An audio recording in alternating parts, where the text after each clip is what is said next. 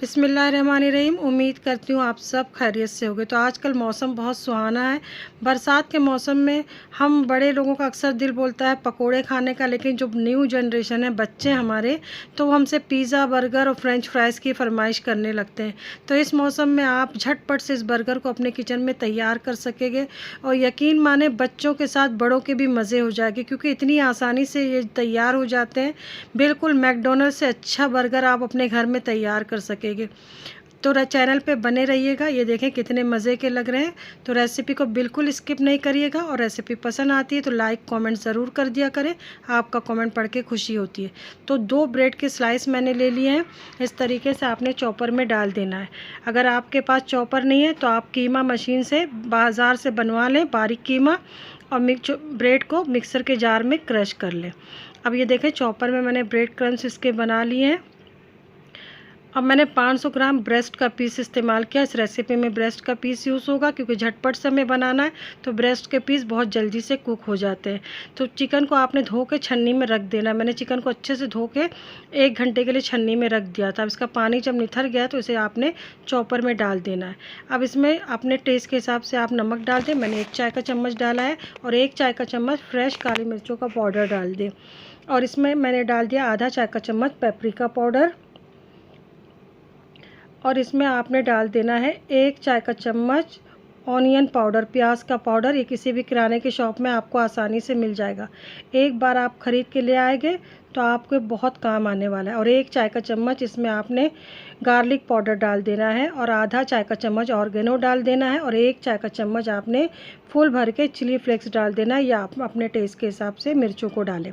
अब इसे डाल के आपने चॉपर को चलाना है, रोक रोक के आपने चलाना है। एकदम बारीक पेस्ट हमने नहीं करना है इसका, हल्का सा इसमें चंक्स रहना चाहिए। ये देखें बिल्कुल इसी तरीके से आप इसको क्रश करें।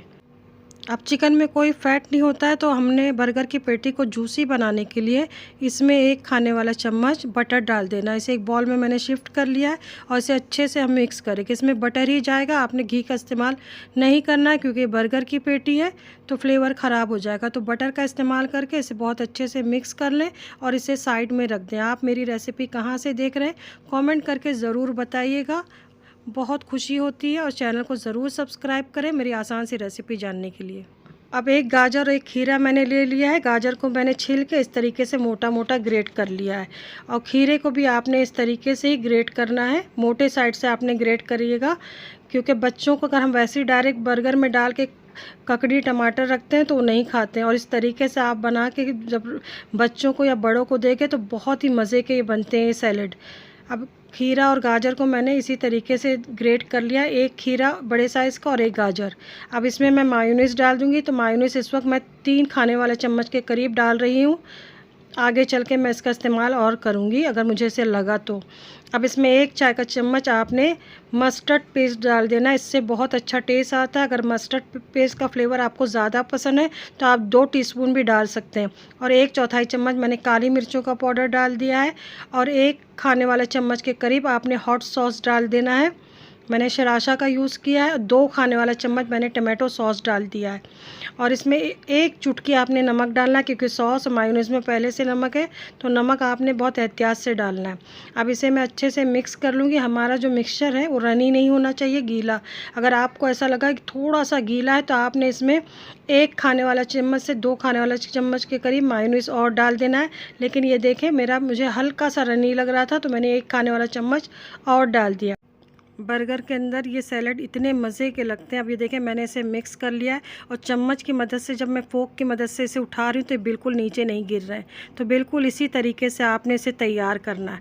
अब गैस के ऊपर आप ये ग्रिल पैन रख लें या घर में कोई तवा हो या फ्राई पैन हो उसका इस्तेमाल कर लें। अब 2 से 3 खाने वाला चम्मच आपने ऑयल डालना है।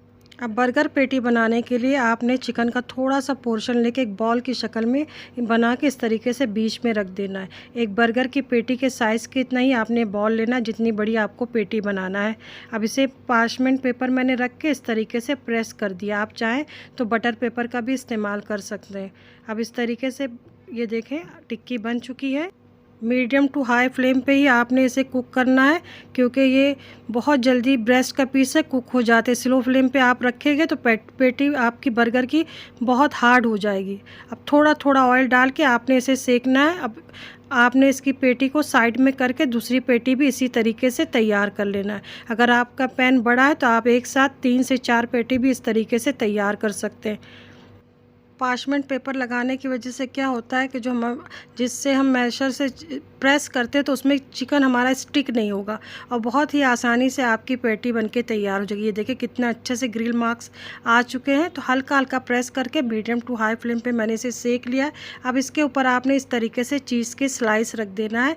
अब चीज़ जैसी हल्का सा मेल्ट हो जाए तो आपने इस तरीके से बर्गर को भी सेक लेना है, दोनों किनारों को अच्छे से। ये देखें, अब इसके ऊपर सलाद के पत्ते रख दें और जो सैलेड हमने तैयार किया था इसे आपने रख देना, फैला देना है। जितना आपको पसंद है वो हिसाब से आप डालें, ज़्यादा नहीं डालिएगा। 1 से 1.5 खाने वाला चम्मच काफ़ी है। अब इसके ऊपर आपने बर्गर की पेटी रख दे, बहुत गर्म है इस वक्त। और ये देखें चीज़ कितने अच्छे से मेल्ट हो चुका है, ये देखें। अब इसके ऊपर ऊपरी वाला हिस्सा बर्गर का लगा के गरम गरम आप सर्व कर दें फ्रेंच फ्राइज़ के साथ या इसी तरीके से। ये देखें कितनी क्रीमी, चीज़ी और जूसी ये बर्गर बनके तैयार हुए हैं। ये देखें, देखते ही बच्चों के मुंह में तो पानी आ जाएगा और मेहमानों को तो ये लगेगा कि आपने उन्हें बाहर से मंगवा के दिया है। बड़े बड़े रेस्टोरेंट के बर्गर इसके आगे फ़ेल हो जाएंगे इंशाल्लाह। रेसिपी पसंद आई है तो लाइक और कमेंट करने में कंजूसी बिल्कुल ना करें। चैनल को सपोर्ट करें, ज़्यादा से ज़्यादा सब्सक्राइब करें। अपना ख्याल रखें, दुआओं में मुझे अपनी याद रखें। अल्लाह हाफिज़।